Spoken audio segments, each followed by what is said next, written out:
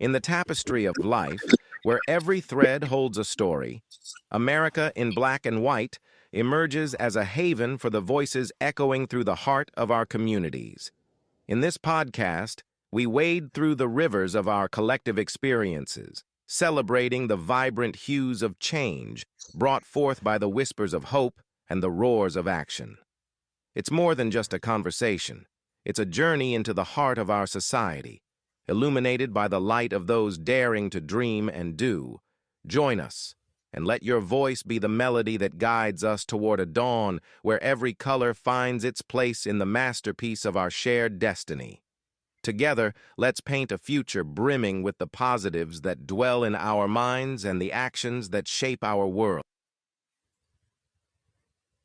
Good evening, ladies and gentlemen, and welcome to another episode of America in Black and White. I'm your host, Charles King. Tonight on America in Black and White, we welcome a man whose life reads like a testament to service, scholarship, and spiritual calling. In an era where leadership is often defined by titles, Christopher E. West stands out because his leadership is defined by impact. For 33 years, he wore the uniform of the United States Army, first as an enlisted soldier, and then as a commissioned officer, serving in medical units, field artillery, engineering, and public affairs. But retirement did not slow him down. Instead, it expanded his mission. He is a senior executive, a public affairs advisor, a community activist, a corporate board advisor, a communication strategist, a university instructor, a minister, and an evangelist. He is a scholar with degrees and fellowships from institutions across the nation and around the world.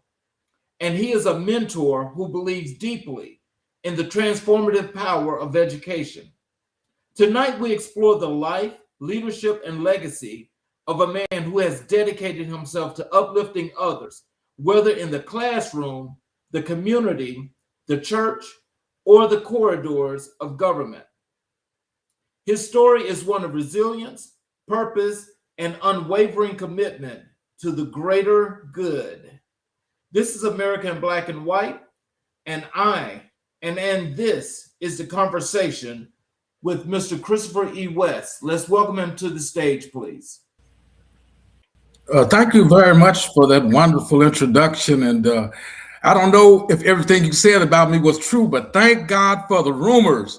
And I'm just glad to be here and have the opportunity to fellowship with you and the listening audience, and hopefully let the words of my mouth and the meditation of my heart be acceptable, that it may transform somebody's life, change their destiny, or uplift their human potential.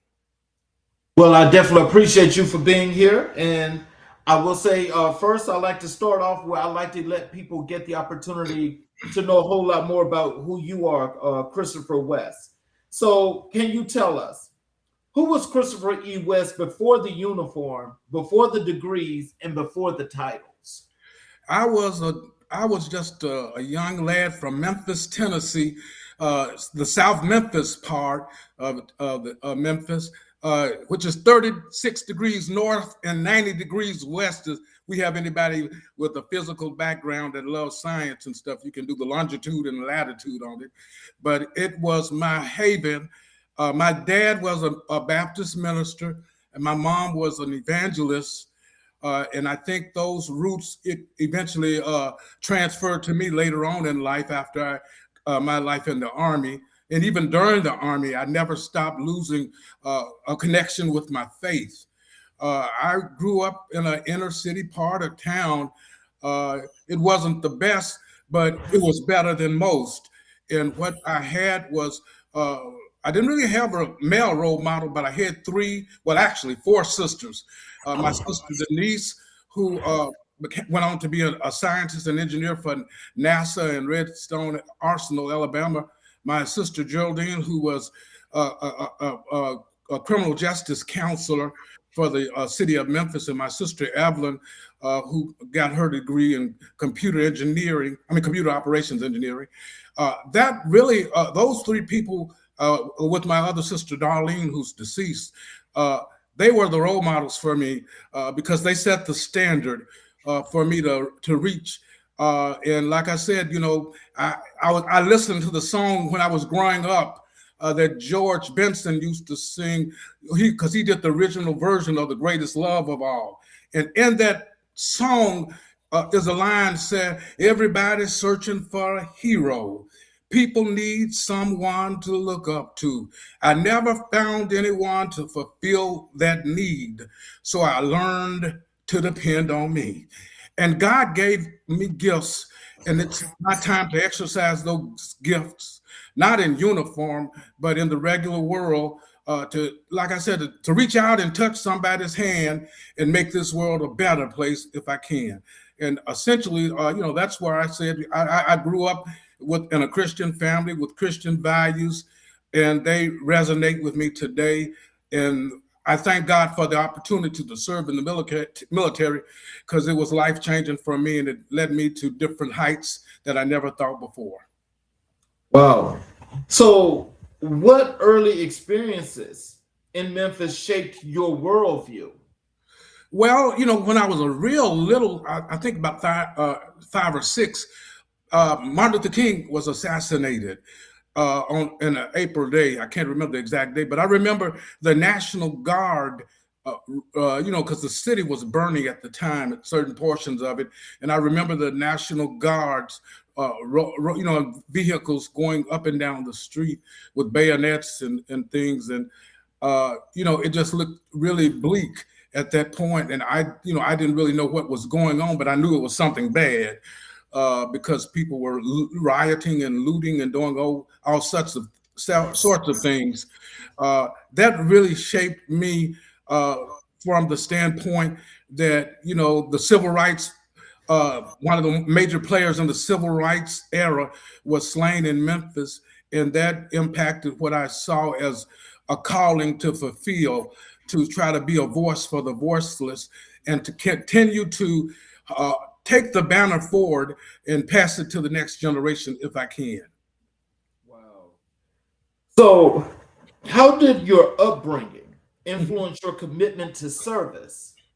Well, my dad was what we would call today a servant leader.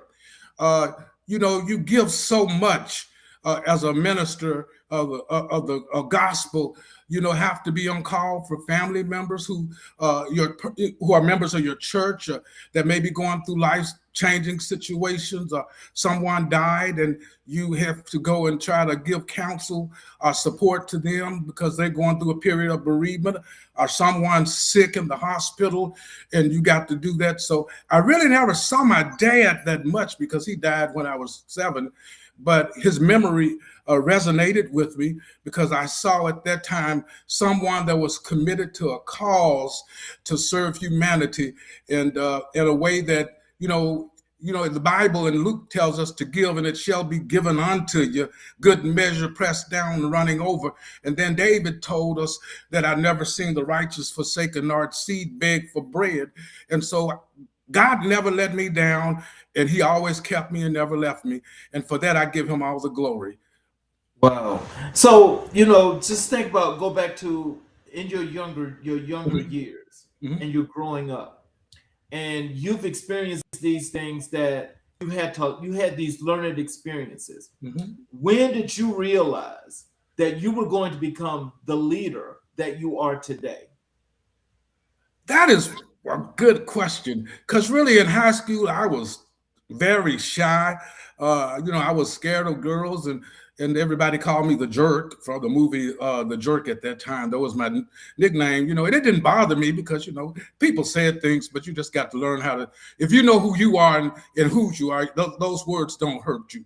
But it was really once my older sister, who's Denise, she actually kind of spurred everything into the direction that I started trying to find myself when I wanted to go to Princeton, because Princeton University at that time was recruiting me. And I went down the street to my friend's house, Dwayne, and I came back smelling like some stuff I shouldn't have smelled like, and things. And my sister said, he doesn't need to go off to that school because they're going to have him doing LSD and everything else. And and then I met at that time, when you're getting ready to graduate from high school, you're trying to find what your purpose in life is and what you want to do. And I just, I didn't want to go to the local university at that time. So I decided I was going to join the military out of, really a dare to my mom, because she didn't want me to join. But I just, back in the day when we were a little bit younger, we had the yellow pages. And the yellow pages were the blue pages, which were the government agencies. And the first one I saw was Department of Army. And I called him, and the guy name was Staff Sergeant Richard Walls. He told me, "You come down here right now." And I thought that, being ignorant of the process at the time, I thought the government knew who I was and where I was at. And so I just went on and went down there and signed up. I had no idea what the heck was going to happen to me or anything. But my friend said, "Chris, you're not going to make it. They're going to send you home." And so I was determined to finish the military training because I didn't want nobody to say I was a quitter or anything. And so the military really, my NCOs and sergeants, NCOs are non-commissioned officers, they were the ones that saw potential in me. And then it was one doctor, because I was a medical specialist, and I was working in the hospital in the Republic of Panama at the time, Gorgas Army Hospital.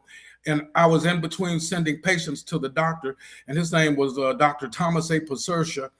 And he called me into his office, and he told me to sit down, and he just asked me, what did I want to do with my life?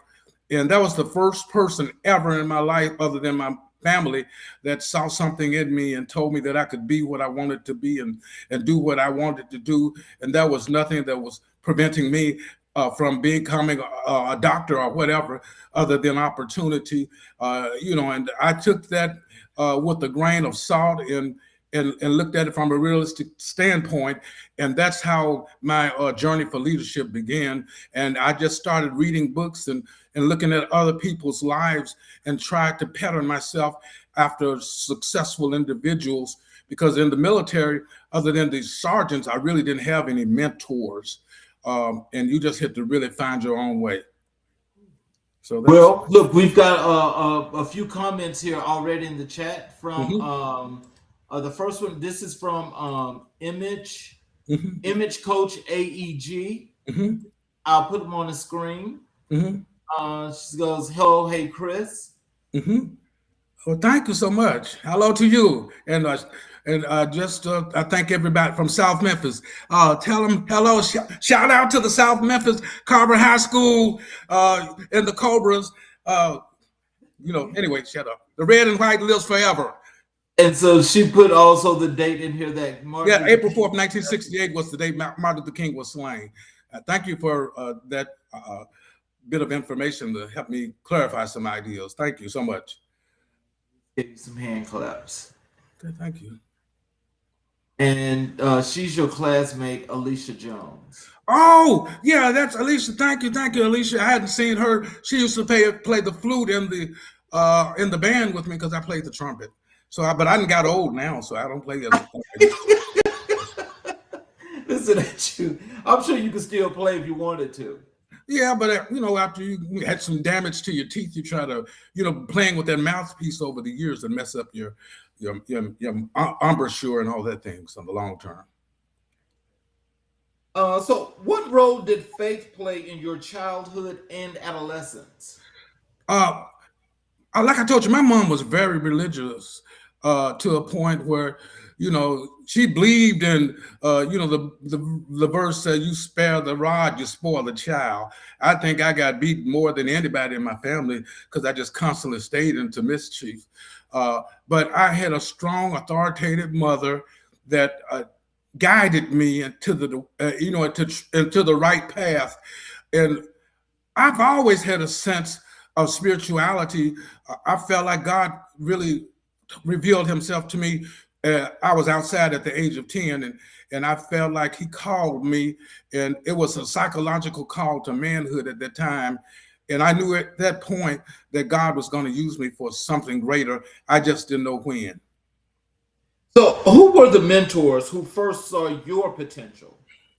I I would actually say my mother, Clara Lucille West, and my oldest sister, Denise, and my sister Evelyn, and my sister Geraldine, and my sister Darlene, and even my brothers, John and Jerome and Willie.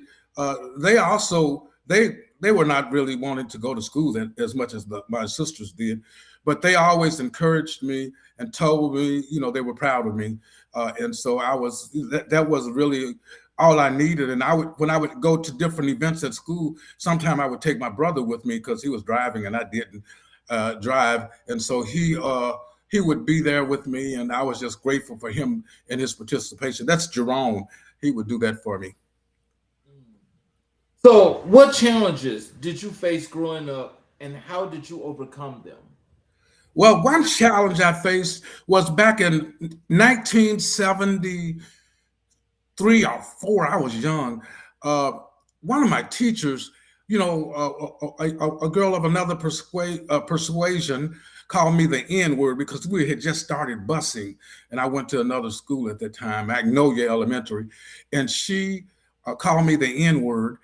And, you know, and then we got to fighting. And you know, you ever watch Mr. Spock on Star Trek, how he would put his hand on the people's shoulders and they'd fall out and stuff because he pinched them? My teacher did that to me, and I had on some Buster Brown shoes. I don't know if you're keeping it real, I'm just keeping Buster Brown shoes. And I kicked her in her shin and ran home. I ran out of the school and ran straight home. And I went and hid, and my mother was looking for me. And, you know, I didn't want to run from my mama because I know what's going to happen. That was beating time, because she's going to tell you she's going to beat you because she loves you. But, you know, those beatings hurt too, you know. And so that was really, you know, and then my mom never told me until I was a major in the militaries, and she was going through terminal cancer. And I'll never forget what she told me. She said, "Chris, I'm so proud of you. If that teacher would have seen you now, she would have to eat her words," because she told my mother at the time that I was going to end up in jail and be a career criminal. So, you know, but my mother never told me that until I was like in my 40s, and she revealed that to me, that, you know, I beat the odds, because, you know, she never ever mentioned that to me, and I was glad she didn't, because, you know, you can speak life and you can speak death into people, and you got to be careful what you say, because the scripture said the power of life and death is in the tongue. And so I would really encourage people to watch what you tell your young children or anybody in your family, because you can set them up for failure, because sometimes your word might be the only word that they hear. You know, you're exactly right. And, you know, when you was talking about, you know, your mother with the beatings and so forth, I think a lot of us in our era, we experienced that, but it made us much better people. Oh yeah, it did. My sister Jodine, oh, she would get on my nerves, because, you know, we were going to school there. She's 2 years ahead of me, and I would always act the fool in class. And before I even got home, she already told my mama. And so I knew I was gonna get a whooping anyway. As soon as I got home, Jodine always did. If you listen to me, Jodine, you know, I just want you to know that. Okay. So when did you first realize you were called to leadership? When I joined the military and I was stationed in Panama, I was 18 or 19, and we were going through jungle warfare school, and you know, the company I was with. And, you know, being 18, 19, you don't know anything any better. I thought that was what every soldier did. And I went down the cliff, and then I didn't know how to swim. And my sergeant, he was a white guy, he pushed me into the Atlantic Ocean, and I had on a life jacket vest. And then I'm not going to tell you what he said, because they were expletive words, but they were demeaning words too, by the way. But he told me I had a blank attack. So you feel it, a female dog attack.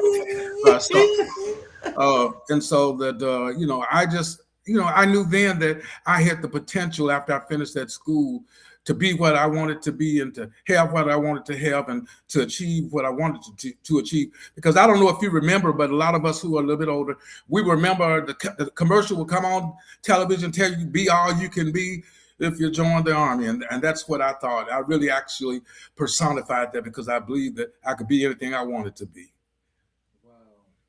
You know, when you think about experiences like that, and you decided on your own that you were going to go off and join the army, did you think of any repercussions at all? And if so, what were those?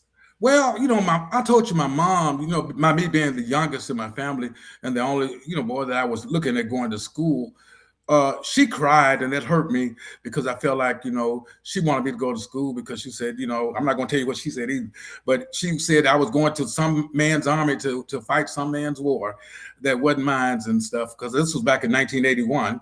And, and it was a different army then than what it is now, totally different.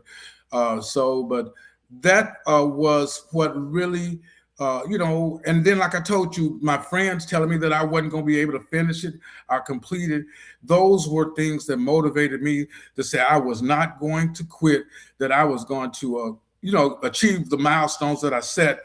And the Army started making me do different duties and stuff, which gave me an opportunity to exercise my gifts of leadership. And those are the things that really resonated with me and caused me to develop at that point when I was an enlisted soldier.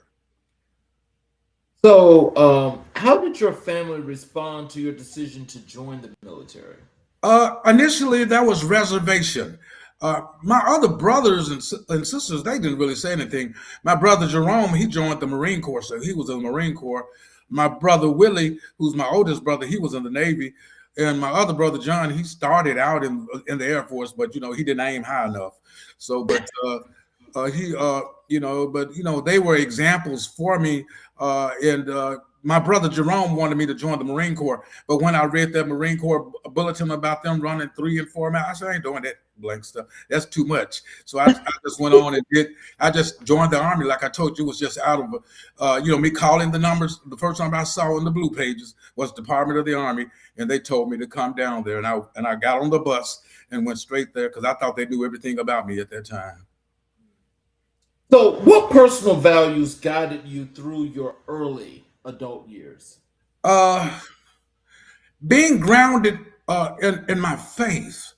Paul told, because I would always hear my, my pastor, the late Reverend J.L. Payne, and also my mom would often tell me, when I would hear her talking to me and stuff, you can do all things through Christ that strengthens you, and that you more than a conqueror, and I believe those little verses because that let me know, despite whatever obstacle I face in life, that I'm more than a conqueror because I got a force that's with me, that's divine cosmic companionship that really allowed me to elevate myself to a new level and new heights. And I don't know about you, I was like the song says, I'm pressing on the upward way. New heights I'm gaining every day. And so I felt like every day was a good day. It may not have been a sunshiny day. It may have some obstacles in it. It may have some disappointments and setbacks. But at the end of the 24 hours, it was still a good day because I learned a lesson. And I thank God for those lessons because I wouldn't be who I am today if I didn't understand the trials and tribulations that I encountered. So looking back, Mhm. what moment changed the trajectory of your life? The one that I think that really made me look at myself was the moment when I told you about a white doctor, that I didn't even think, really saw anything in me. Dr. Thomas A. Pasurcha, who was an orthopedic surgeon, because I was working in the orthopedic clinic, he told me that I had potential and that he saw something in me, and he sat down to me, and that was really life changing for me because here's a doctor that that's got all his credentials, and I'm just a lowly E4 specialist in the military, and I'm 19 years old, and he tells me that I can be anything I wanted to be and do anything. My guidance counselors didn't even tell me that when I was going to school. But this doctor told me, and then he said, "You see those sheep skins on the wall?" He was talking about his diplomas when he said that. He said, "You can accomplish the same thing if you just do that." And he told me, that don't, if you stay in the military, don't stay in the military and not reach your fullest potential. Go to school and become an officer. And that's what I did, because I used to go in my different bosses' offices and read their diplomas and military schools that they went to. And that motivated me, because I said to myself, if they can do it, I can do it too. And that's basically what really pushed me to do it, because I knew after the first 6 months, that dare that I took when I joined the Army became a destiny to me, because I really liked what I was doing. I found a purpose in my life. I found that I had potential, and I also found that there was a plan for me to excel. And those 3 P's were what really got me to where I am today. Let's transition over to your military service and your 33 years of leadership. Yes. And so when we just think about now the work that you're doing today, and think about, you know, the people that you're inspiring and you're making a real serious impression on. What inspired you to serve in the United States Army? Really, it was a civics class that I took when I was younger. And then, you know, I don't know if y'all, I'm dating myself, but, you know, we were in the 70s generation, and there was Good Times on television.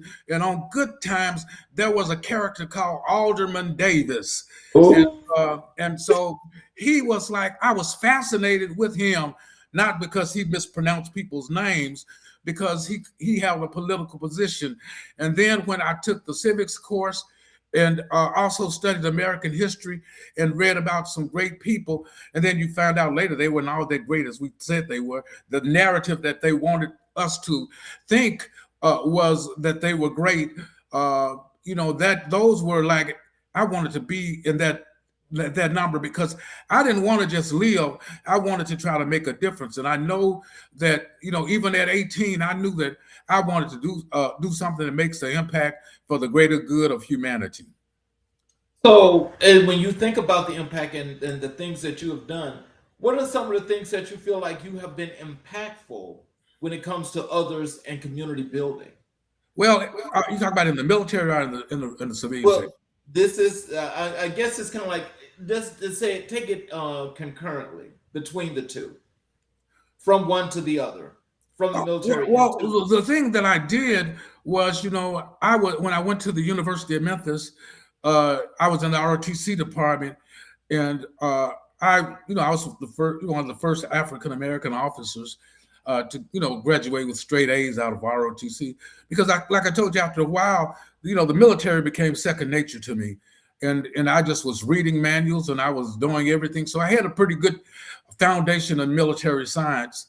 And also I knew how to lead, because the greatest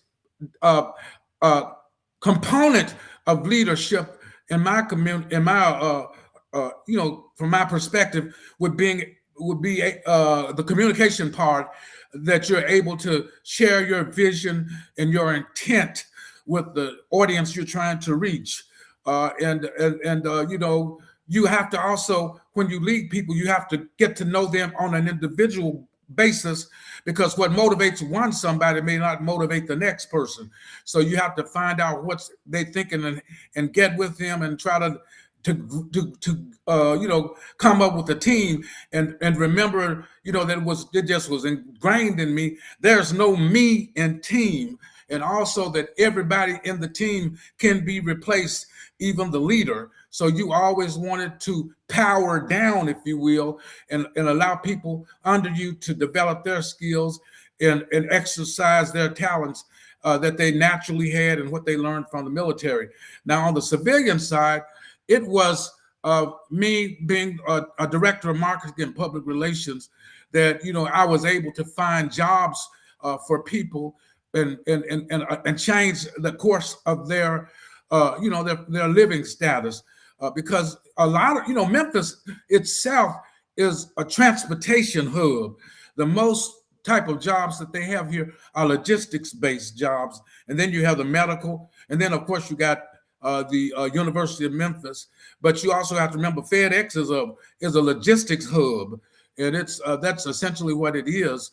And you want people to be able to live a working wage that they won't be robbing Peter to pay Paul. And you've got to let people know that, they don't have to accept just what somebody give you, kibbles and bits, but that you can actually have what you want to have, be what you want to be, and do what you want to do. And so that's what I champion. But honestly, what I see at the moment in Memphis and in a lot of cities that are Democratic cities is you got some poor leaders that are out for themselves and not for the constituents that they serve. Most of the leaders, and you can talk that about Chicago, you can say that about Memphis, you can even say that about Atlanta, you can say that about other African American cities, that they're about self-interest. And I've never in my life, at the point that I am now, have seen so many public servants that are being investigated for moral reasons or for corruption in office. And, it's like everybody's doing everything for self-interest and not for the people that put them in the positions. And they're using positions to prostitute the population while they get rich or get caught up into positions of increased responsibility in the private sector. So those are some of the ways I wanted to be. I've always been involved in community service. Right now, I'm going through the clergy academy for the police officers because I wanted to connect with them, because I feel like people don't know everything that they do, that it's more to them than just protect and serve. There's still people at the end of the day that have a job to do and that want to go home after they finish that job. And that's what I would really want people to know, that a lot of people do it not for the money, but they do it because they want to make a difference and they want to make an impact and they want to be seen as contributing something so that their living was not in vain. And that's what I've experienced along the way. I've lived in Baltimore, Maryland. I worked for the city of Baltimore, and that was the same issue wherever you go. When I lived in California, in the Los Angeles area, it was the same situation. And God forsaken Oklahoma and Kansas, I wouldn't even want to live. I lived those places, but they should have been shot off the map a long time ago. No, I'm just joking. But you have the same issues in that area as well. And so that's what I see consistently, that a lot of people who claim to be servant leaders, they're not. They're serving themselves in the long term. I hate to have to jump off of this, but I really want to give you a chance to respond to this as well, because the points you just made were more than valid.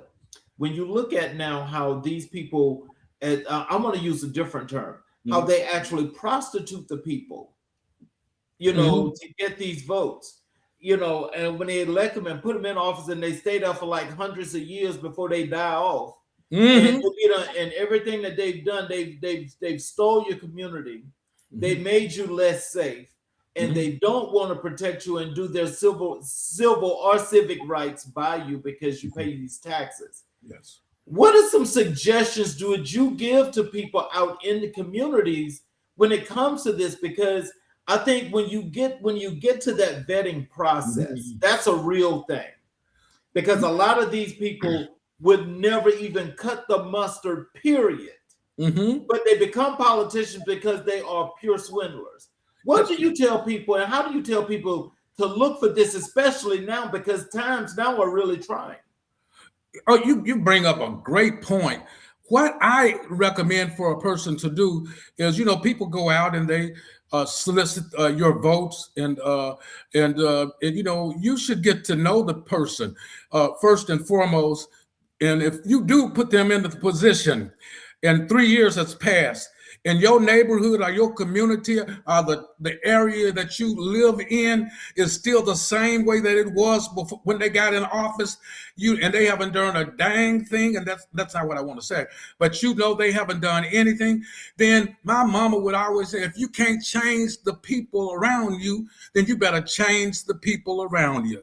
And so that's what I would recommend people to do, is to become informed and hold those that represent you ruthlessly accountable for the common good of your neighborhood and your area.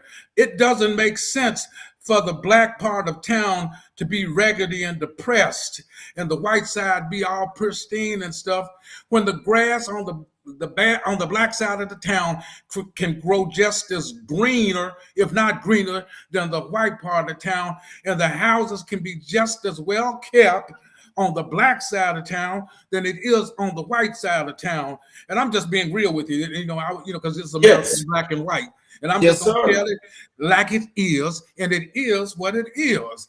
And so it is up to us as informed voters to make sure that we put people into positions that are going to make a difference for us and not use us for their own personal gain, which many of them do.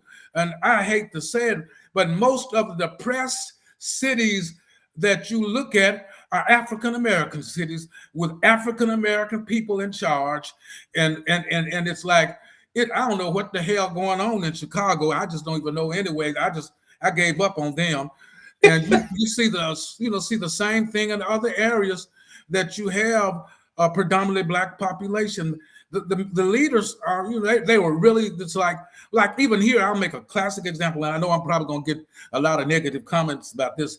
When the National Guard came to Memphis and they did a press conference, neither Mayor Harris nor Mayor Young nor Chief Davis, who's the police department, none of them were there, but all folks from Washington, D.C., and the governor himself came down for the press conference, and the city leaders were left out of it. And that let me know right then and there that they were Rudolph and they couldn't join in the damn reindeer game. And that was all it was. Well, I'm going to tell you this. You mind if I call you Christopher? Yeah, you can call me Chris. Okay. Well, Chris, I'm going to tell you something. Well, you already know primarily that every metropolitan city, the major metropolitan cities, are black urban centers. That's correct. Each and every last one of them has got what we should know of and what we should call them, which is true. This is American black and white. They're just figureheads. They don't have a say. They are puppets. Yeah. They go and they tell us this bullshiggity to not only get the vote, but then they want to come out when it's time to be reelected. They want to tell you they want to be your friends. But look, how they get some people is they give them some barbecue. Yeah, and a watermelon, because it still work where I'm at. The watermelon, you better not leave the watermelon out now. But that is exactly what it is. And everybody that's your color ain't your kin, if you know what I mean. All kinsfolk ain't skin folk. There you go. And so I realized that, and I had the privilege. I wrote an article about XAI, Elon Musk, coming to Memphis. And what really perturbed me more than anything was that the mayors of both Shelby County and Memphis knew about it. The constituents didn't know about it. The commissioners didn't know about it. But everybody, let me get it right. The mayors knew about it. The Chamber of Commerce leadership knew about it, but nobody in the neighborhood knew about it. Some of the state representatives didn't even know about it, and it caught them off guard because they put the facility that's going to have a lot of contaminants right in the hood of South Memphis, where it's a depressed area. A lot of those people are living in poverty, even though they're the living, what you call them, the walking dead, are the people that just make money and you still struggling. The working poor, I think it's called, or something to that effect. But that's what you have in that area. And the education system sucks. The education system was broke when I was there, because it was, like I told you, it was the Army and my leadership that took me under their wing and made me go to basic skills enrichment classes to learn stuff that I didn't know, to get myself up to speed so I could be, really all that I could be. And I'm eternally grateful to them.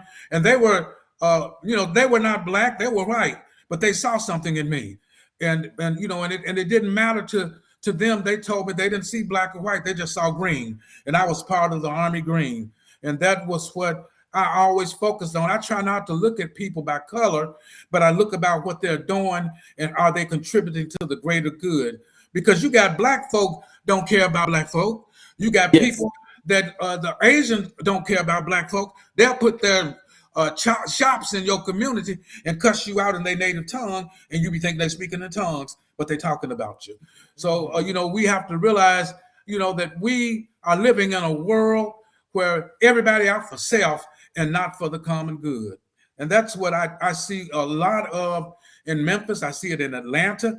I also see it definitely see it in Chicago. And then y'all let that lady come down, the mayor, the super mayor, she down there in y'all area now trying to run something. So I just was throwing that in there for to stew up the gumbo. You know what I'm talking about. I want to tell you, that's a whole nother show, but we definitely have to talk about those hot topics, because that's definitely some real stuff there that you're talking about. Yeah. How did serving in both enlisted and officer roles shape your leadership style? Well, being enlisted, I was a worker bee. So I understood after I became an officer what it was like to be enlisted. And I never ever tried to think I was better than anybody else, because I often say we're a team. And, and I could die tomorrow, but the mission still have to go on. And so you're only greater than the weakest person on your team. And so you try to train people and reinforce them that training is everything, and everything is training.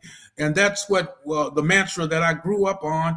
And it was just like the military taught me to be, know, and do, to be myself, to continually educate myself, become a lifelong learner, and then do things and not just talk about it.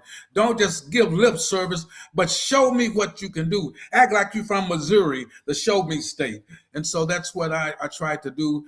And I always encouraged my soldiers to excel. I was company commander of 250 people. And when I took over the unit, a lot of people I knew when I was enlisted, and they were still there at the same rank. And I'm just eternally grateful that I was there enough time to get them to move to different positions and go to school and learn a new a military specialty so that they could be created. And I lost people, but I was glad to lose them because they went to positions of increased responsibility and more pay.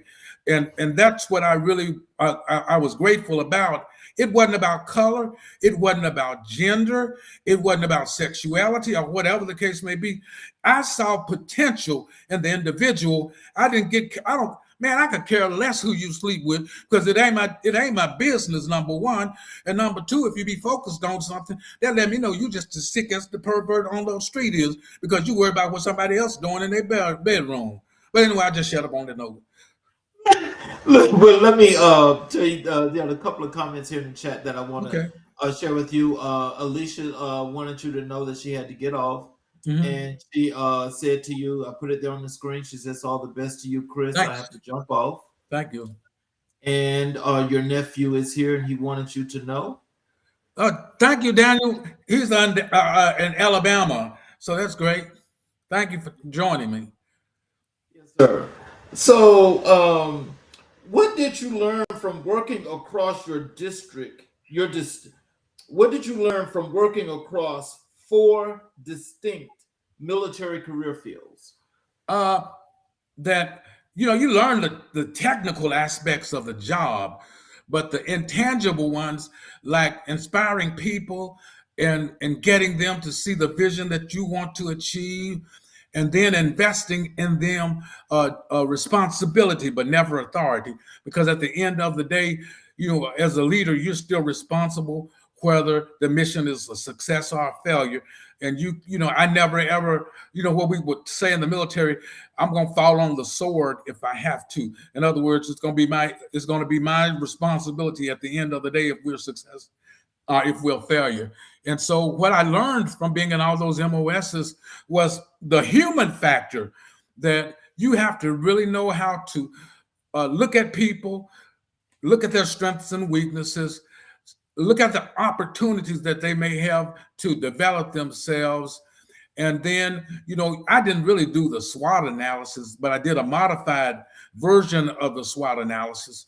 But I didn't look at threats, because I changed the threat to a P, and so I looked at their potential, and then I really encouraged them to excel. And when they did, I made sure that they were recognized with either medals or either what we call attaboy coins, which are unit coins, or just giving somebody praise in front of other people and telling them that they did a great job. You would be surprised how much that really causes people to unite around you, because they see you care about them, and that you've given them the opportunity to do things that means you trust them enough to say that I want you to do this. And the other thing is, just because I was a commander didn't mean I don't listen to the people that work for me, because a lot of times they have better ideas than I do. So I never ever thought that my idea was the only idea. I always listen to other people and then do what I call a BATNA, which is my best alternative to get everybody to follow on the same sheet of music and execute it. And that's how I did that. So which assignment had the greatest impact on your development? The assignment that really got me, besides being a company commander of an engineer unit, was my tenure at the Pentagon. Because, at the Pentagon, you're not really military anymore, to be honest with you. You're a part of the political process.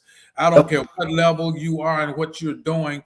You are now in the nation's capital, and you're playing politics more than you're doing anything. You're doing politics and policy.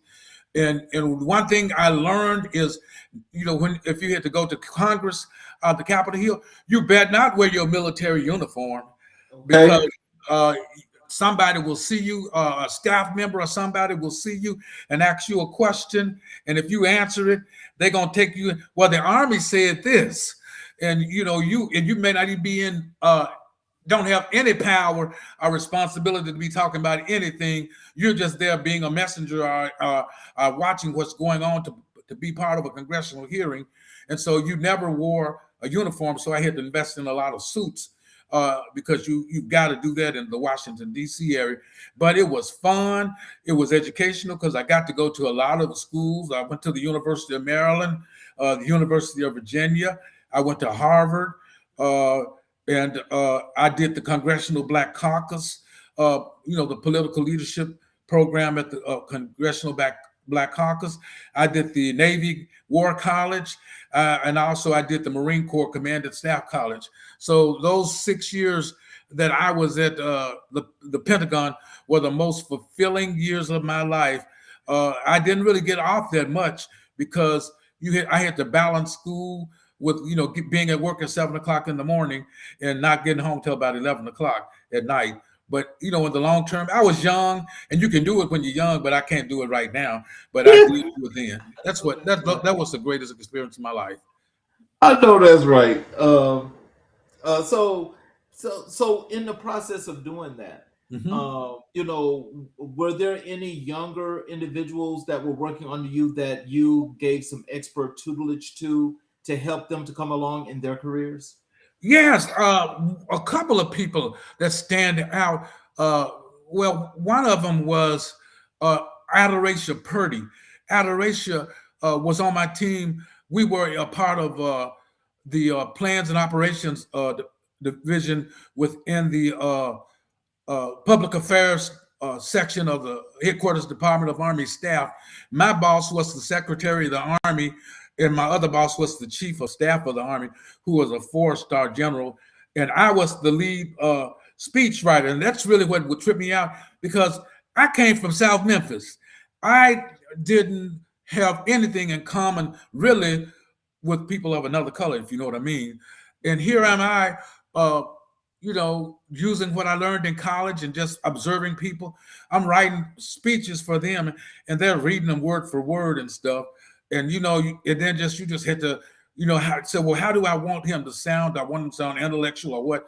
And so if I would go and find quotes by Plato or Aristotle, or either some other philosopher, or even I used military theorists like Sun Tzu or Clausewitz, Karl von Clausewitz, and I would use their thoughts and to help them understand or articulate to the audience what they wanted them to know. And the greatest experience was, I would tell you the best one I ever did. Do you remember a few years ago when we had the shooting at Fort Hood and the major did it? I wrote that speech for the senior leader, and he, at first I thought I was going to be in trouble because I didn't like the speech that they had we had an agency that was supposed to be writing speeches, and I didn't like it, and I wrote my speech and gave it to him, and then he came out and said, "Who wrote this?" And I did. He said, "I'm a speechwriter," and that's how I got into speech writing, because and it came easy to me because I grew up in the church, and if you know anything, you have pastors coming in from all across, and you could tell who was good and who was bad by the reaction from the audience, because every time the members didn't always receive the speaker, and then you could also tell who was big time by the clothes they wear and how many diamonds and stuff was on their hands and bracelets. So those were people that actually helped me in the art of public speaking, and then reading the writings of Dr. King and Cornel West and a host of others that helped form my as well as the classics by Clausewitz and stuff. And at my house, we had a whole bunch of books in my house when I was growing up, and the encyclopedias and things, and I didn't have anything else to do, so I would sometimes just read those, and I couldn't pronounce all the words, but I knew who they were and stuff. And when I saw them again, and that's how I really developed my ability to speech right. And the other part was just constantly going to school and learning and listening to other people, and also being around a person, you can learn their particular speech patterns, and then you get an idea of their personality and how you want them to be seen in the public. And that's what I did. Wow. So you come from West Memphis, South Memphis, South Memphis, to get to Washington, D.C. to become a speechwriter. Yeah, and a leader in your own right. Yeah. And you now have got a chance to get a seat on the big stage. Yes. What did that mean for you at that time? It was unique because I didn't tell you all of it. I used to hang around Capitol Hill because we went to Capitol Hill because the Pentagon is part of the executive branch. So people don't realize that. I'm just trying to make sure everybody understands. And Congress is the one that holds the purse, and so the funds. And so what we would have to do every year in September, once the Congress comes back into session, every year we will be putting together, white papers and other ideas to present our case to either the Senate Armed Services Committee or the House Armed Services Committee to justify why we need that spending and how it's going to affect operations. And so my job was to also write speeches that help articulate those desired endpoints, and most of the times the speeches might be in talking points, so the person gets looked down real quick and have an idea where they need to be. Or sometimes I would do long speeches, and then sometimes I would do PowerPoint presentations, and that those are boring because people can get caught. We call it death by PowerPoint. You can get caught up into it so much until you'll go to sleep. And so that's what I did. But also the other one was when I was in Iraq in combat. I had 17 soldiers that were under me, physically under me in my house in the area, but I had another 60 something all around the region in Iraq that answered to me because I was the chief of public affairs, and I came my leadership role from public affairs came straight from CENTCOM, Central Command. So I would have to let them know what we were doing, and a lot of times they would give me feedback. But you also had First Corps, which we had a 3-star general, but and you let their staff know. But a lot of times the reporters will come and contact your unit directly, so you actually end up being the face of the military and giving interviews and prepping your leaders for interviews with the major news outlets that were there in country, because almost everybody had a news outlet from Reuters to BBC to Fox to MSNBC and to CNN and all. I knew all the reporters, and also they knew the do's and don'ts. Because I would tell them, if you ask something that we didn't plan for, that I'm gonna cut the interview off, because I didn't want to leave my leader in a compromising position. Because let me know, those generals be depending on you to tell them what they need to know. They don't really know everything like people may think. How did military service prepare you for your post-service career? When I got out the military in 2017, I was in from 1981 to 2017. When I got out the military, I wasn't scared like I was when I got out, and went to college in 1984. They didn't have all these programs in place at that time, because, we were still trying to get over Vietnam at that time. So they didn't really have the preparation programs to help you get out of the military. But I had the skills, and also most people don't realize, by working at the Pentagon, that's like a feather in your cap, because everybody don't get to work there, and all that. They handpick who they want there. And I couldn't leave for 6 years, and I almost didn't get out of it then, because they wanted me to stay and continue to be a speechwriter for the leaders. And so I ended up going to Orlando and Florida, based in Orlando, and that's where I retired from. And right down the street was Tampa from Orlando, and I would go down there to school and at the Joint Special Operations University. I never stopped learning. That was what I did. I went to class till 2 months before I got ready to retire, and I got a job immediately, making 6 figures right out of the military in Maryland, and that's why I moved back up to Maryland. But if I had my choice, I would have went back to California, because I really loved California, and I like that more than I like Florida, because I didn't have to worry about the hurricanes, crocodiles, and the snakes. So that's why I didn't too much care. The hot sun didn't bother me at all. It was that the worst thing is being in a hurricane. You haven't been in a hurricane, you do not know what it feels like. I was in Hurricane Matthew, and that was one of the worst things I've ever experienced. And I said, if I survived that, I was never going to go back to Florida, and I haven't been. Well, I'll tell you this. I grew up in Mobile, Alabama, so I know everything about a hurricane. Oh, okay then. Well, you know what I'm talking about. Yes, sir, because you're absolutely right. And them things can be, just depending upon, especially where you're located and the hit, it could take you out in a matter of seconds. Yeah. I was in the biggest one down there on the Gulf Coast for in a while since Camille was the worst, but I was in Hurricane Frederick. Wow. Hurricane Frederick destroyed pretty much a lot of Mobile. The infrastructure was like gone. We had no power for a while, so it was like kind of like crazy. Let's talk about your ministry and spiritual calling. When did you first sense the call to ministry? I was actually, to be honest with you, and I know my sisters and brothers would tell you, I would be the preacher and we would be playing church when I was younger.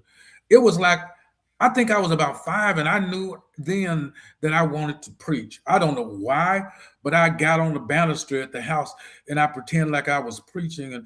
And I, only thing I really remembered from the church were 2 words. And if you know you Baptists, if you remember these words, that was surely and early. Surely he died and early he rose. If you didn't know nothing else, you were going to remember those two words out of the Baptist experience. Oh my God. So that was really my spiritual formation. And my mom made us go to Vacation Bible School and Oh Lord. BTU and Sunday school and revivals. My mom and them, my mother kept us in church. And it was like you were gonna go to church, you were gonna go to church. It was simple as that until you got a little bit older, and then my mom didn't make us necessarily go. But but you got so used to going, and so you just started going because it was part of it.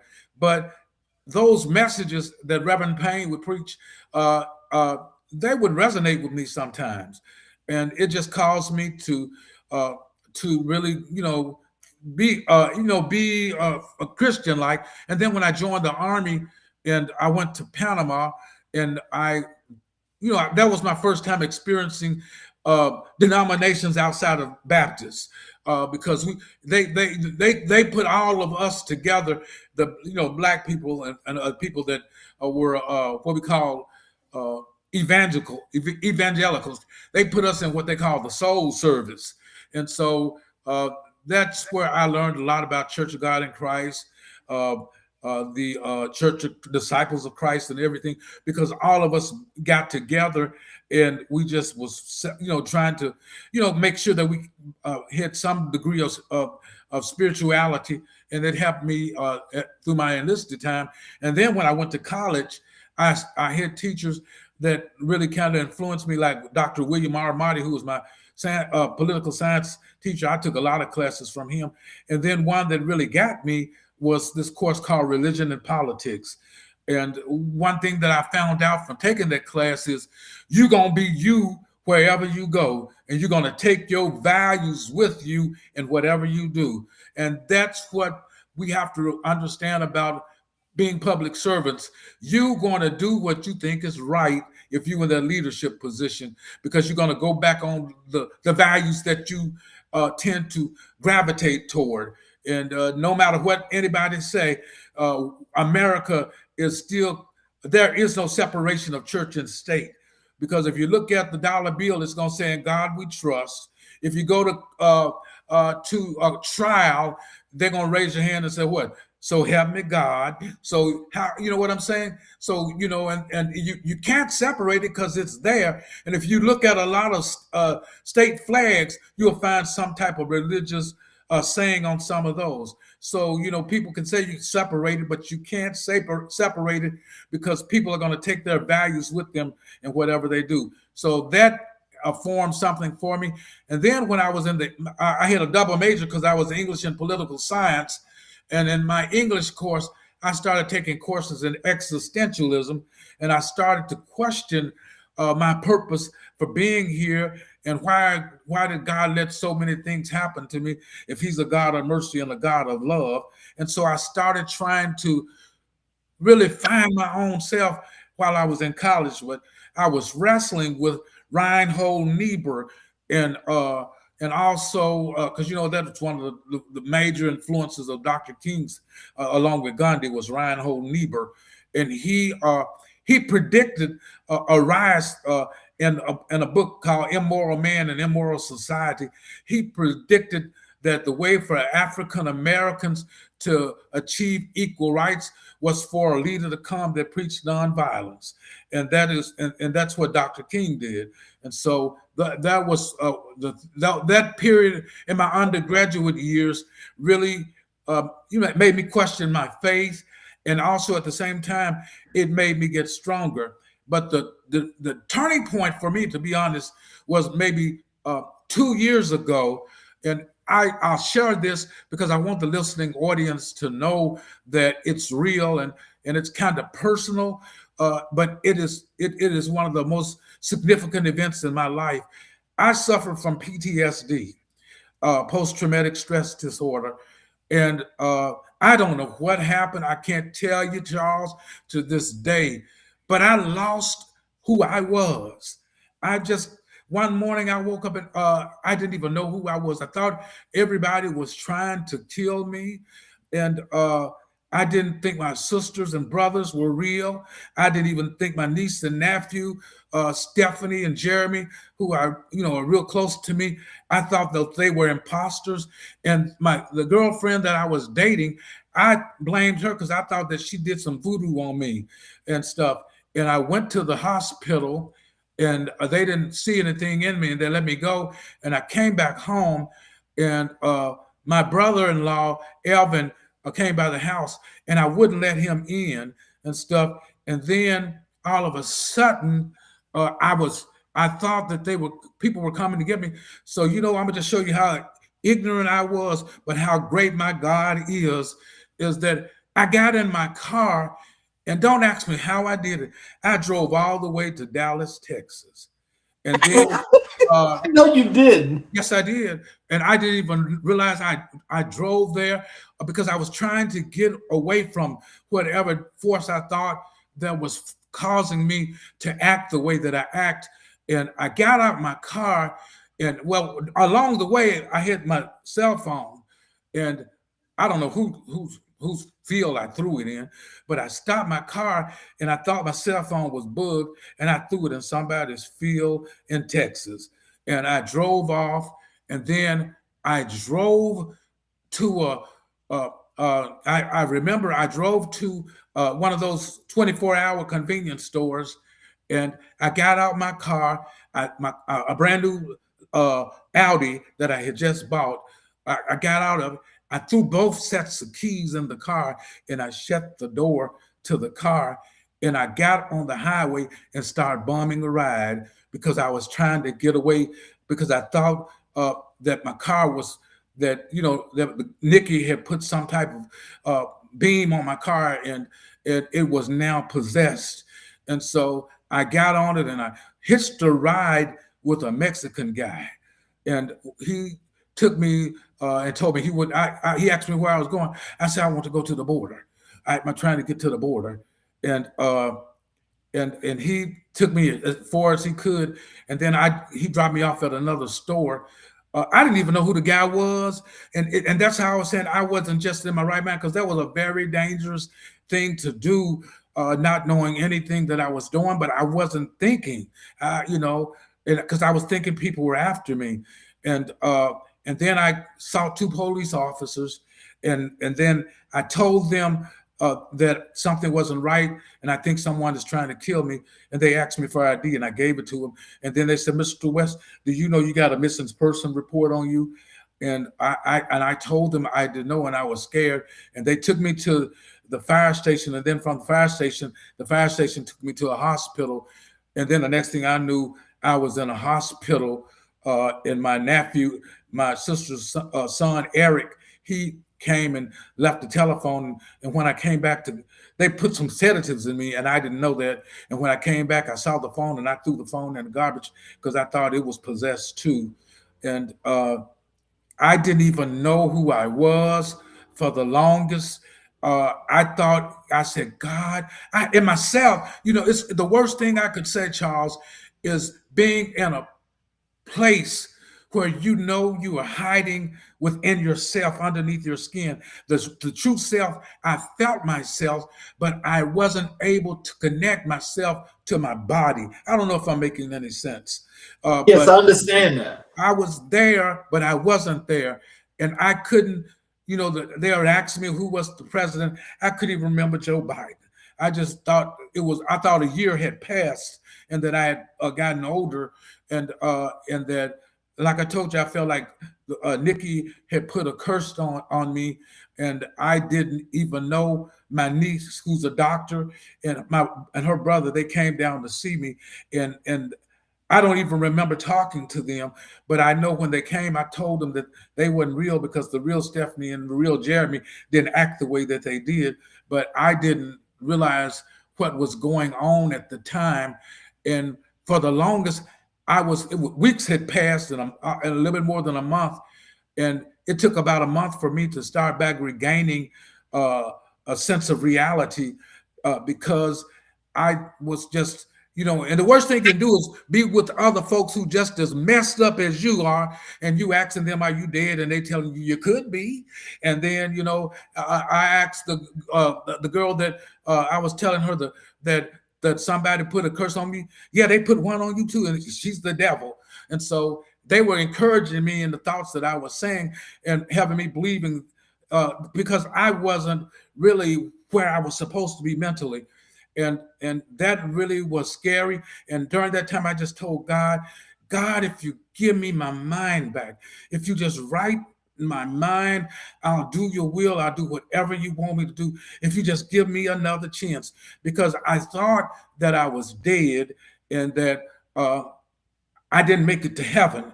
And I thought about all the things that I did in life, and I just was praying and crying, asking God to forgive me because I was really feeling like I was dead. But then I pinched myself and I cut myself. I said, "Well, dead folks don't bleed," but I didn't know if I was still living or not, to be honest with you, because if you don't realize those psychotropic medicines, if you don't take them like I take them, you miss a few days, you will be somebody you don't even know who the hell you are. Excuse my language. But I think that happened to me, along with me being stressful and just me never really coming to terms with being in combat.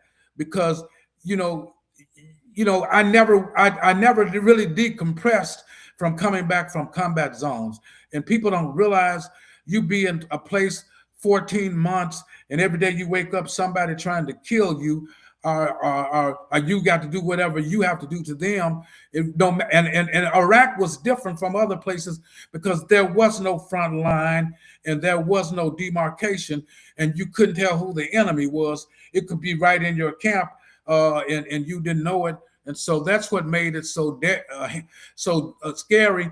And so every day you're there, you never really sleep into a full sleep because, you wake up and you wonder, is the day going to be your day, or are you going to get blown, or, something's going to come back, you broken a leg or what, blew your leg off or something, because you see a lot of your friends that I served with, some of them came back, mentally scarred as well as physically. And I was just so thankful that my sister Evelyn and her children looked out for me during my time that I was, not with myself. And that really was life scary. But at the same time, God restored my mind. And ever since then, I've been doing what he wants me to do and not what I want to do, because now I just want to see, sympathize, and serve and try to live my life to a point where I'm helping somebody so my living won't be in vain. And for those in the audience, I hope I didn't bore y'all with that testimony, but I was just trying to let y'all know God is good, his mercy is everlasting, and his truth endureth through all generations. And I'm just thankful as I can be to be able to be on this show, closed in my right mind. And I just feel like, I want other folks to know who may be going through something similar, are dealing with PTSD, that you are not alone. You don't have to be ashamed. You can talk to somebody and let them know what's going on so you can get an idea to try to return back to a life as close to normal as you can get. And I'm sorry if I spoke a long time, but I just wanted to tell that. Oh no, actually, what you're mentioning is what a lot of veterans actually wait too late, to actually get the help that's needed. But every veteran, from various situations and from different causations, when you leave the military, you are always diagnosed with PTSD because it's that way of living that causes an extra stress that nobody ever imagines can happen, because you're pushing your body and you're pushing yourself to a limit that you never thought you could do a lot of those things. But those effects are real. And I can tell you, as being, I'm a Navy veteran myself. Okay. And so, the PTSD, for myself, I know it's probably a much milder case, but you have to always keep yourself in the present and be aware, because as you were mentioning, That's something that can slip up on you, and I promise you, as you say, you didn't know who you were. That's something that actually happens, and I know some people that this has actually happened to. Yes. So, I mean, I appreciate you sharing that story, but I hope that they also understand, hey, we do what we do, but, there's a lot of things that can also pop up in there. Yes. And that's all I wanted the listening audience to know. I know I probably get some bad comments, but it was a privilege to serve. I will never be ashamed of my service. I may not agree with everything the leadership of our country may do, but I didn't swear allegiance to a political party. I swore allegiance to the Constitution and to the flag of the United States and to the American people that I serve. I didn't serve the Democrats or the Republicans nor the independents. I served the flag and I remain apolitical as possible. And I just wanted my brothers and sisters in arms to know, don't be ashamed. Be proud to be part of the less than 1% who raised your hand and did your duty the best that you could do, and be proud of who you are and what you've done. And that's the same thing with you, Charles. Don't ever feel like your service was in vain. And I appreciate what you've done for our country. I appreciate that, and I thank you so very much. Let's talk a little bit here about your community engagement and your activism. What motivates your work as a community activist? It's like I said, it's more of doing evangelism from a standpoint of trying to reach people, because the biggest concern I've seen, and I don't know if you're going to agree with me, but you have mega $1 million churches in the heart of the inner city, surrounded by poverty people, and they come in there on Sundays, do their hallelujahs, and then leave us before the sun goes down because they don't want people to see. But Jesus never worshiped that much in a synagogue or a church. He went out to the common people, and the common people heard him gladly. And we've got so accustomed to wanting people to come to us and not when we should go to them, because that's what missionary is supposed to be about. When we say we're a missionary Baptist church or whatever, are you doing evangelistic work? You got to go to those people and let them see what you're about. And the biggest problem is we've lost our connection with the youth, the YNs, or whatever y'all want to call them, Generation Alpha. They are wild, and we don't know how to come in, how that happened. But someplace between singing "We Shall Overcome" and during the civil rights movement, we lost ourselves, and we lost our ability to be a community, and we lost the sense of trying to care for one another, like we did in the segregated eras. We had more of neighborhoods that looked out for each other. You didn't have to have neighborhood watch. You could have somebody that knew your mama and knew your daddy and knew what you supposed to been doing. And if you didn't do it, they were going to tell your parents on you. And so that's what we've lost. And I don't know how we did it, but here we are, and we are afraid of the people that we've raised, because they don't have any value to anything, and we lost trying to connect with them about telling them about the wages of sin. I don't care what nobody said. You got to preach the word and not just prosperity. You got to preach the gospel and not just what you want to pick and choose on preaching. You got to tell the story that there are things that you should and shouldn't do, and that we are responsible for each other, and that I am indeed my brother's keeper. And in a word for the young children, let me tell you one thing. You keep on living. If you do get to live long, you're going to turn old, just like I did. And my mother would tell me in her lifetime, Chris, there's an old man waiting down the road for you. I didn't really understand what she meant back then when I was younger, but now I understand that, I'm that old man that she was talking about. and now I'm near the end. I got more days behind me than I do in front of me. And the days that I have left, my appointed days, I want to be doing something that is good not only for myself, but it's good for others, and it's good for God, and it's just a good work in and of itself.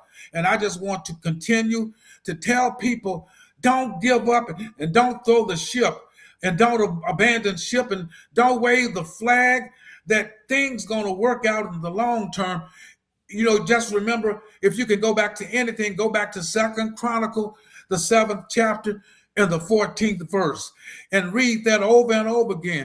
If you're part of God's posse, and if you come to him, everything's going to work out. It don't matter if you whatever your religious faith may be. It can be Hindu, it can be Muslim, but if you turn to your supreme force, and that force is a force of good, it's going to be good not only for who you are, but also for what you represent. And that's what I believe, and that's what I'm going to stand on. Oh, Lord have mercy. You just said a whole mouthful because, as you mentioned, I could tell you, my opinion of what you were saying about how we lost these folk is we lost these folk because they found more and more ways. This is the system found more and more ways to intertwine and to get into our households. Yes. To strangle and to cut off that control and that opportunity to continue to raise these children the way they should have been raised. And so once the system had that opportunity to do that, that is when the kids that were behind us went footloose and fancy free, because now notice that parenting now is, we're considered really old because the younger kids not just got kids, they got grandkids now. Yes. And so the parents aren't being parents, they're being friends. They want to be friends with the children. Yes, that's what it is. And that doesn't make sense. No, that's why I said we've lost our way. And you hit one point that I thought was real critical, is when we go back to the Great Society and Lyndon Baines Johnson, and when he started putting out a more social in-kind service, in other words, like SNAP and everything, and made the stipulations that you couldn't have a man in your house. We've lost the sense of having a family, and we have more single female parent heads of house than we did anything. And I don't have nothing against a woman, but a woman can't raise a man. There's just some things that you can't do or teach a boy that he gonna either learn on the streets or he gonna learn from somebody. And you want that person to be positive, and you got to be careful who you put your children around, ladies and gentlemen, because some of these pastors just as perverted as the rest of those folk. And so you better know who you leave your child or children in the custody of.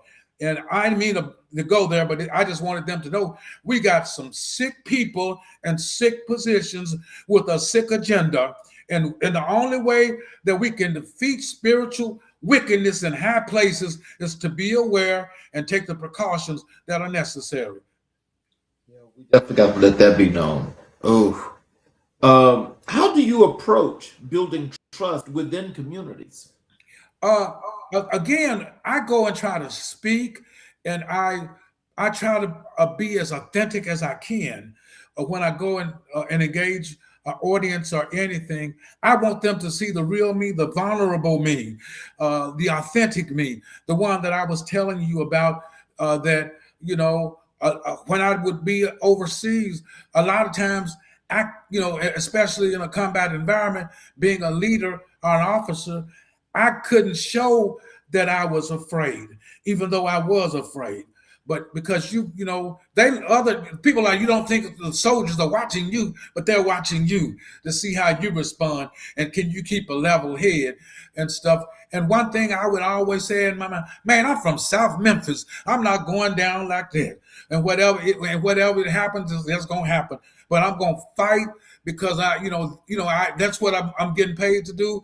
And I said that I would, when you join the military, y'all don't forget, you get the benefits, but there is a price for the benefits, especially as war goes on.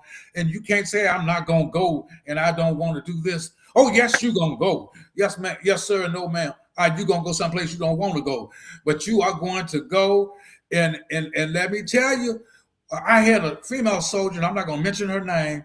We would get ready to go off the compound in Iraq, because normally when you go off the compound, everybody locks and loads their weapons and have them on automatic, because you never know what to expect and you just want to be ready. And we get in the vehicles and we get in the convoy and we prepare to get off posts, off the compound, or the fire base, whatever you want to call it. And then, I had a young lady that was a sergeant, and she didn't believe in killing people, so she would just have a blank magazine in her weapon. And I found out about it, and people don't realize this, that one somebody can compromise your whole mission.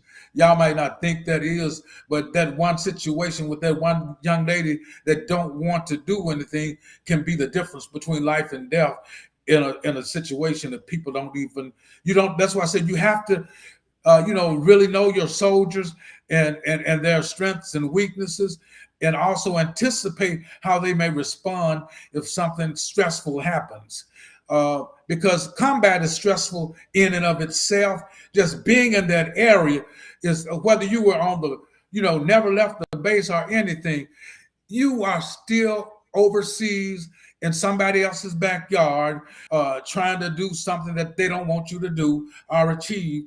And one thing about people, if you know your neighborhood, the people in your neighborhood know their neighborhood better than you ever gonna know it. They know all the cracks, the crannies, where they can do stuff and get away with it, and where they can blend in, and you can't figure out who was who. And that's what the Iraqi soldiers did. They would hit and run, and the worst time to do it, and I'm gonna shut my mouth on this, is when we have a sandstorm or a dust storm, and they start shooting mortars, because the radars can't pick up the mortars during a sandstorm like it does during a regular day. And people don't realize those bullets don't have no specific target saying that I'm not going to hit you. You just as vulnerable as somebody who is out of the compound, because you don't know where they're going to land or what damage they're going to do. So all you can do is just hit the ground and pray. And that stuff right there for 24 hours, 7 days a week, for about 365 days. I dare any of the gang members that say they tough to go and do it and see if they won't come out the same as they went in. And that's all I got to say on that. So what issues in Memphis are closest to your heart? Right now, one of the primary concerns I have, and this is with everything, I mentioned it before, the biggest issue I have with the city of Memphis is the terrible leadership that it has. I'm just going to call it an ace, and a spade, a spade. Both the county mayor and the city mayor, I don't know what the heck you're doing, because you're not really managing or leading the city of Memphis. And then when you did the XAI thing, I forgot to tell you, you signed a non-disclosure agreement, which I don't understand that, being a public servant, you are supposed to be recognizing and promoting the good of those that elected you in office, and not signing a non-disclosure agreement with Elon Musk and his company, and then not even telling the people in the area that they were going to be a power plant was going to be put in their neighborhood, because people don't realize that a lot of contaminants every time those the big chat computers, they leave contaminants in the water and also in the soil. And that's one of the concerns that Senator Justin Pearson and others are fighting, and trying to make sure people don't forget that over in South Memphis, they are doing. And then Elon Musk talk about they're going to provide jobs to the people in their neighborhood. I'm gonna shut my mouth on this. But how in the hell you gonna give a job to a person that most of them ain't got a high school diploma and know they ain't got a college degree? What sense does that make? You ain't gonna be that don't even make no sense. And then you're gonna say you're gonna be investing. You set up a fund to make sure some resources go back into their community.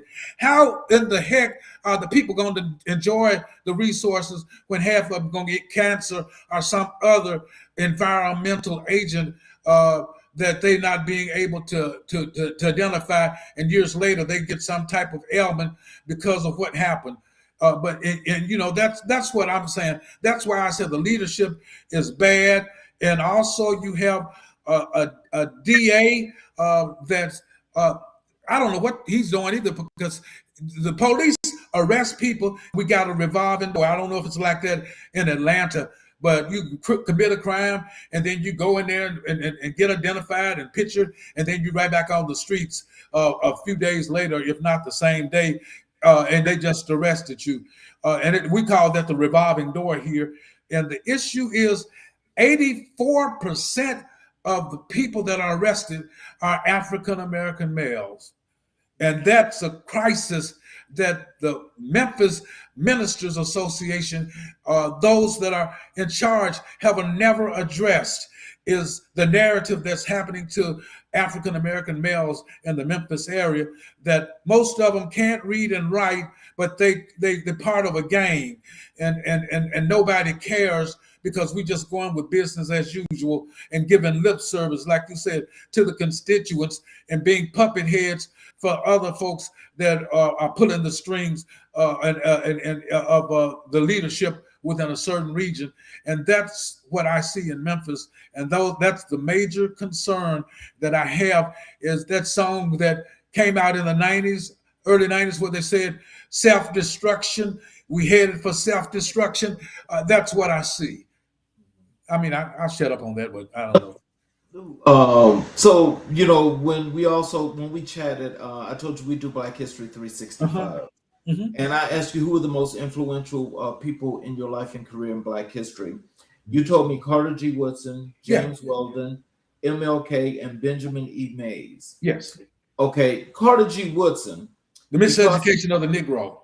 Because he institutionalized Black historical scholarship, mm-hmm. and taught the world that our story is worthy of study, mm-hmm. preservation, and honor. What does that mean to you? That it's my duty to make sure that we pass the knowledge from this generation to the next generation, so that they can keep on, so that if we don't pass it on, we are doomed to repeat the vicious cycle at some point. It may not be in our lifetimes, but it'll be in some other lifetime, where they're going to have to start back where we started with the Emmett Till in the 1950s. Oh, wow. James Weldon Johnson, mm-hmm. because he embodied the fashion of art, activism, mm-hmm. diplomacy, and intellectual excellence, showing that Black leadership is multidimensional. How does that resonate with you? I really like James Weldon Johnson, because, most people, we sing the song, but we really don't understand why we sing Lift Every Voice and sing Tell Earth and Heaven Ring with the harmonies of liberty. We've got to let earth and heaven ring with the harmonies of liberty. We've got to make sure that Martin Luther King tried to say, let freedom ring. That's the same thing as Walden was saying, the harmonies of liberty. We've got to sing a song full of our past and also the hope of the future. And it says, let our rejoicing rise what? High as the listening skies, and let us march on until victory is won. And we're not at the point where we are going to achieve victory. We got some more battles to fight. We still got some hills to climb. We still got some struggles to go through. But I have faith that if we connect with the younger generation, we can break this vicious cycle, and they don't have to go out talking about deleting each other or whatever, because you're going to reap what you sow sooner or later. They call it karma, but it's the same thing. Whatever you do, you're going to have a price to pay at one point in your life. You don't know how you're going to pay it, but you're going to pay it because it's just the way things is. Dr. Martin Luther King Jr., Mhm. because he modeled moral courage, nonviolence resistance, and the power of prophetic voice in the pursuit of justice. Yes. When it comes to your career, and the things that you have done, especially from the church perspective, how does this fit within your leadership scope? Well, the prophet Amos said, let justice roll like a river and righteousness like a mighty stream. And what I'd like to see is, I believe that all of us can strive toward the dream of a better tomorrow. It has nothing to do with color, with gender, with sexuality, with religious faith, with the socioeconomic status of a person or political persuasion. We are all human beings at the end of the day. If you cut me, I'm going to bleed red blood, just like if you cut a white person, they're going to bleed red blood, or Chinese or whatever, because we are all connected through a force greater than I, or either you. And we've got to realize that I am my brother's keeper, and what affects him going to ultimately affect me in the long term. In some way, we are going to pay a price. And so it is up to us, should I say, to strive for justice and to continue to try to reach that liberty bell and make it ring freedom for everyone. And Dr. Benjamin E. Mays, because he was the educator of educators, the mentor of mentors, and the architect of disciplined, ethical leadership. How does this resonate with the work you do with your community activism and working in the community engagement itself in your community? Well, a lot of the stuff that I do because I feel like it is my duty, not just as a man of the faith, but as I often think about when I do things. I think about the Good Samaritan that was on the road to Jericho, and that he saw the Levite. And that Levite, most people don't realize that the Samaritans and the Levites were the ones that was God had given the duty through Moses to carry the Holy Grail, and they were the religious keepers. And so there was a distinction between the Samaritans were not either Hebrew or nothing. They were a mixed breed of people. And that Samaritan, that mixed breed of person, that was the one that stopped and realized that this man has an issue, and that man's issue could have been my issue. I could be on that road that was caught and robbed and stuff. That could have been me outdoors with no clothes, no food, all alone without a friend, just another number with a tragic end. But God I serve didn't let those things be. He, with his power, he keeping me. And that's what I want everyone to know. If we just could get together, forget about denominations, forget about yourself, concentrate on the one who rules earth and heaven, and let him use you in a way that is miraculous and life-changing, and causes you to look at your neighbor and tell them, I love you. In spite of all that we've been through, we still have joy at the end of the day. And with that, I wanted to tell y'all about this book. I don't know if you can see it. It's called The Collision. Can you see it? It's actually it's fading in the How about now? Now it will. Yeah, you can see it a little bit now. Well, this book called Collision, while in a it says white male fragility meets black female resistance. This right here is a must read for anybody. And I would tell y'all to go get your copy. You can look at it. It's by my sister, Dr. Clara Denise West. And it's her experiences that she went through while she was in public service. And I think that it really is moving, it's touching, and it also gives some lessons that will help anyone that's going through some crisis, whether it's whether it's in job in the government or just in the civilian sector world. It'll help anybody, and you can find it on Amazon and every other places. But it's a must read, and I that's what I would want people to know, that we all are together, and we all of our family and all of our community, all of us are community, and it's up to us to come together to make this world a better place. And I believe we can. I know we can if we just do what we need to be, because Michael Jackson did it best when he said, "We are the world and we are the children. We are the ones that make a brighter day." And nobody else can do it, but we can. Not me by myself, but we can. Not you, Charles, by yourself, but we can. Together, we can make a change. That's what I would like people to know. Yeah, so I was just gonna ask you here, and from yourself, do you have some words of wisdom and encouragement that you'd like to leave with our audience, as well as tell them how to connect with you via social media, your websites, anything that you'd like for them to know? Well, I wanted the listening audience to know that this joy and this cause that I'm serving now. I served in the Army of the United States. Now I'm serving full-time in the Army of God, and that I want people to know that in this field it calls for labor, it calls for sacrifice, it calls for suffering, but in the end there's joy.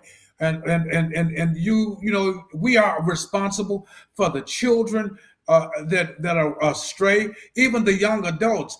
You might not reach all of them, but you can reach a few and make a difference. And those few can be example for the other folks that once was, because we were all ex something.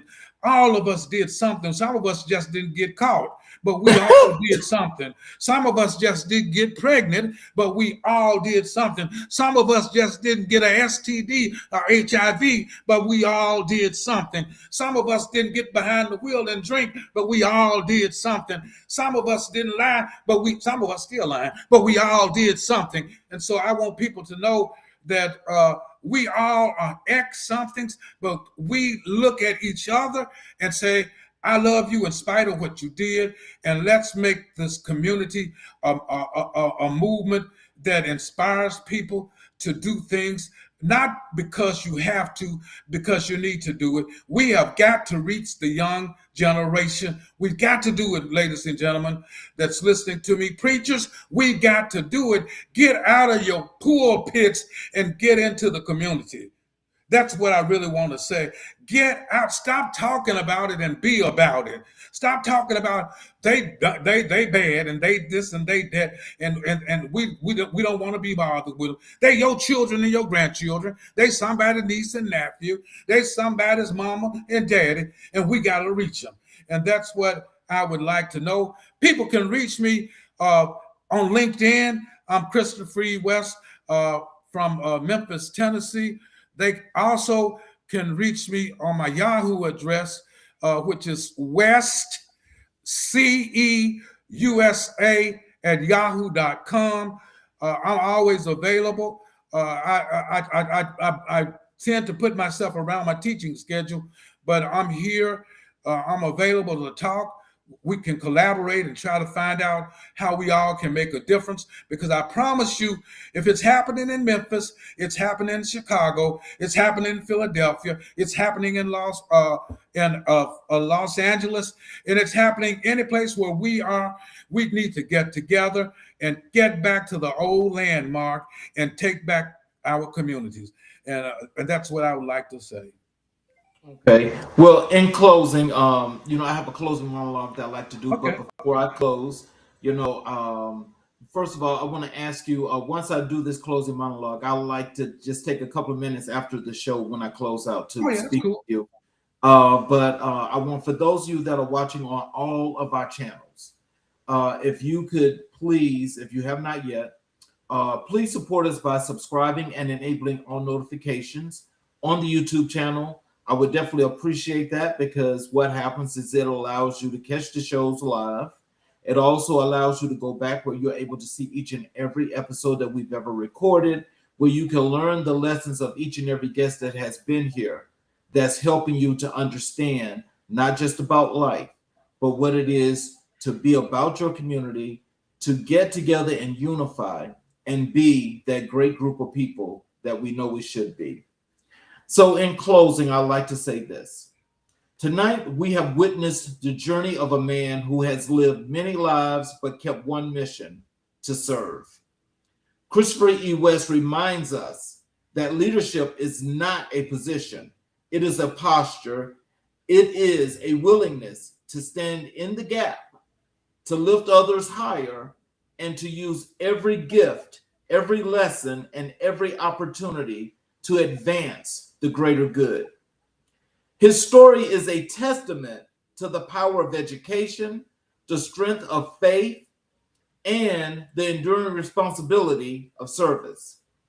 From the battlefield to the classroom, from the pulpit to the public square, he continues to shape minds, strengthen communities, and inspire future leaders.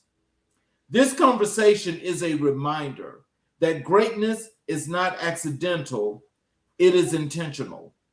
And tonight, we have been blessed by the intentionality of a life well lived.